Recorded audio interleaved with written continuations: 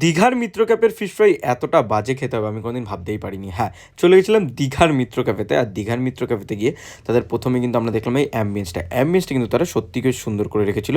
তোমরা একবার দেখে নিতে পারো। আর এই হচ্ছে তাদের মেনু কার্ড। এখানে কিন্তু ইন্ডিয়ান, চাইনিজ, তন্দুর 3 রকম মেনু তোমরা পেয়ে যাবে।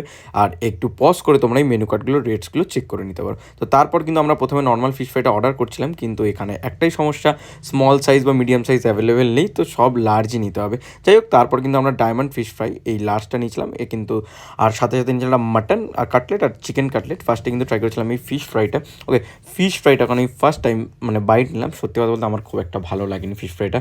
কারণ আমার খুব এক্সপেকটেশন ছিল, কলকাতাতে আমি ট্রাই করেছি যেটা কিন্তু খেতে আমার বেশ ভালো লেগেছে, বাট দীঘার যে আইটেমটা ফিশ ফ্রাইয়ের, এটা কিন্তু আমার খুব একটা ভালো লাগেনি। সমুদ্রের পাশে ভাই, বাট তাও খুব একটা ভালো এরা কিন্তু টেস্টটা ব্যালেন্স করতে পারেনি, আরও ইমপ্রুভ করা উচিত। তারপর কিন্তু ট্রাই করেছিলাম এনাদের এই মাটন কাটলেটটা। ওকে, মাটন কাটলেটটার ভিতরে কিন্তু বেশ ছোটো ছোটো যে মাংসের যে কিমা টাইপের করা ছিল।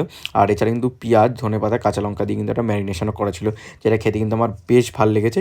এটার টেস্ট সত্যি আগেরটার থেকে অনেক বেটার ছিল। আর এইটা কিন্তু আমার এক কথায় অসাধারণ লেগেছে, তোমরা আসলে ট্রাই করতে পারো। তারপর কিন্তু ট্রাই করেছিলাম চিকেন কাটলেট। এটার দাম কিন্তু ছিল মাত্র 110 টাকা। ভাই জেনুইনলি বলছি, প্রচণ্ড মোটা একটা চিকেনের ফিলে টাইপের দেওয়া ছিল, আর এটা সত্যি খেতে বেস্ট ছিল। তোমরা কিন্তু ট্রাই করতে পারো। যাই হোক, আমাদের বিল কিন্তু টোটাল ছিল 535 টাকা। এই দেখে নিতে পারো আমাদের বিল। কিন্তু সবচেয়ে বেস্ট লেগেছে চিকেন কাটলেটটা, তারপর হচ্ছে মাটন কাটলেটটা। একবার আসো।